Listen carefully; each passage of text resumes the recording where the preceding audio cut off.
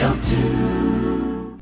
In this particular slot, a lot of writers talk about the title being absolutely important, that if you get a good title, that the rest of the song sometimes will actually write itself. Without a doubt. A title will give you colours. A title, She'll Never Know, or then you're talking about a girl and she'll never know what. A secret or whatever. And so it does give you colours. Yes, if you have the title, you're home and dry, really. And do you sort of, again, you were saying earlier on that name Angelo just came out of the blue somewhere. Do you sometimes get, that kind of title just presenting itself? I think subconsciously a writer, when he walks along or whatever he's doing, will think about titles or think about bars of notes and so on and so forth. He needs to be active mind, and they do come. Yes, they certainly do come. Do you find your attitudes have changed a lot since you've been living in Nashville 4 months of the year? Well, the great thing about Nashville is that it's a very mature situation. I mean, so as you know, there's stories, and that gives you a lot of scope.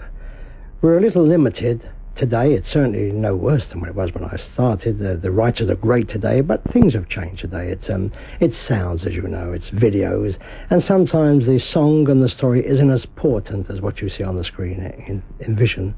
That's about it. But why are you spending so much time there? Well, because, as I say, I'm basically a lyricist, and I like writing mature lyrics. And that is still a place where one has scope.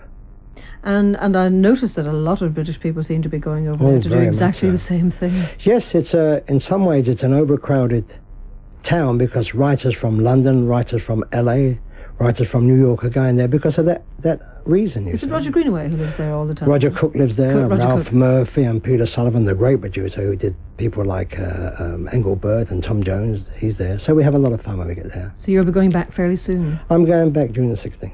What, to work on any particular project? Just to work basically on songs for artists that are available, artists that are looking.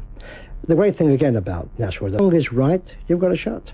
Yeah. Do you find it a real sort of rat race of a way of life, or have you written so many hits that you can just sit back and not worry about it anymore?